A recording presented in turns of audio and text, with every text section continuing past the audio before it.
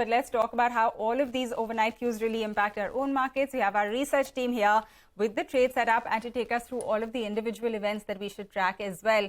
Sonal, Mangalam and Surbhi are all here now with the trade setup. Guys, a very good morning to all of you. Sonal, let me come to you first. If you're going through the global market, setup, it is a bit of a negative, but take us through everything we should track.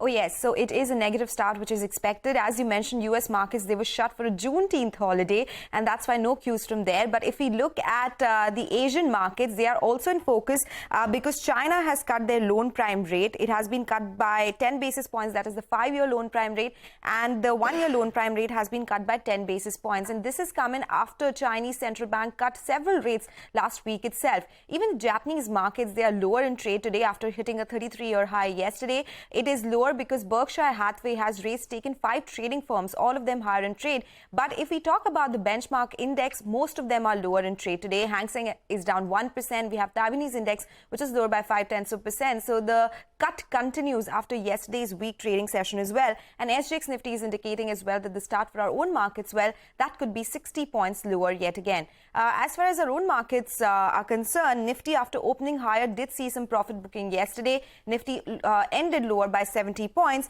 and PSU banks, IT and financial services, they were some of the top gainers yesterday. If we talk about India Wix, that was also up 3.5% in yesterday's trading session, and defense sector, that will continue to be in focus as well ahead and after the Prime Minister's US visit as well. There is expected to be some deal out there, and that's why that index will be in focus.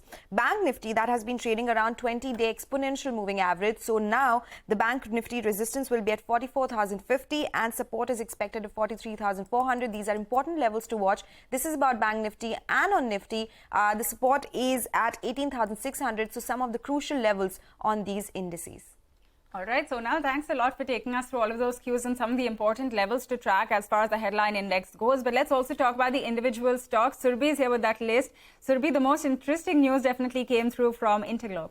That's right. So, Interglobe Aviation, Indigo orders 500 Airbus A320 family aircrafts.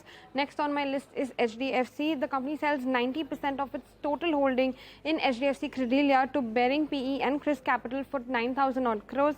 Aether Industries, the company is going to raise around 750 crores via QIP. The issue price is going to be likely at 936 rupees per share.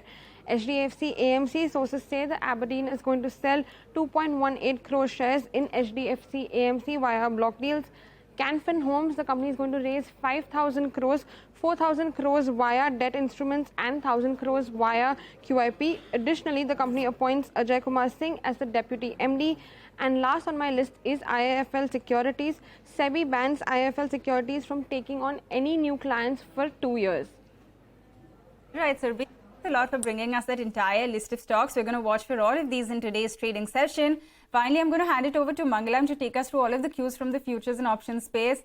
Mangalam, from that 10-point kind of distance to all-time highs, we did see quite a slip. But take us through what we should track today. So closely, yet so far, that's what it was as far as yesterday's move was concerned. Because if we just take a look at the day's high yesterday on the Nifty was 18,881.5 and the record high was actually 18,887.6. The June 19th low, 18,719. The important part is that we closed at 18,755, which is basically, an up move from the lows and also closing above that 18,750 mark itself.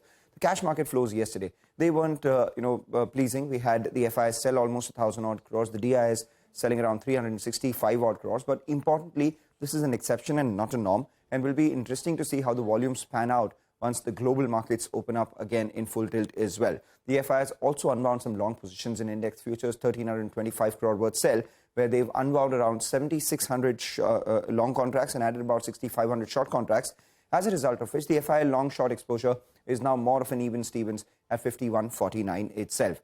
The interesting bit that took place was in index options. Remember, going into yesterday's trading session, we saw a lot of put writing and a lot of call unwinding. But then that was reversed because the put writers were caught on the wrong side. They had to unwind their short positions.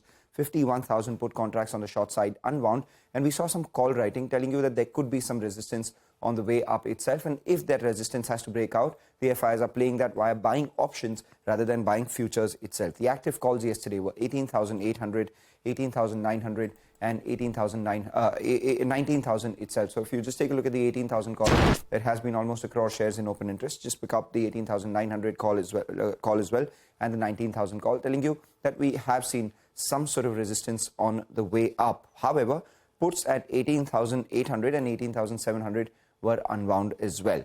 The Nifty put call ratio, which was at close to 1.3 times yesterday, has narrowed to 0.98. So that leaves some room for an upside. So it cools down from the overbought levels for the market. The Nifty Bank has been meandering between the 20-day moving average and the 50-day moving average, and right now right in the middle of that range. So that's something we'll be watching out for as well. It is a Tuesday, so it's FinNifty weekly options expiry. The Nifty Financial Services Index at the bottom of your screen at 19,425 actually is likely to be an important support, because 19,400 put has the highest open interest. On the way up, 19,500 call has the highest open interest as well. We've been talking about how IEX has been doing well yesterday. It came out of F&O ban, and watch out for HAL that has entered the F&O ban. All right, Mangalam, thanks a lot for getting us all of those cues ahead of the market open today.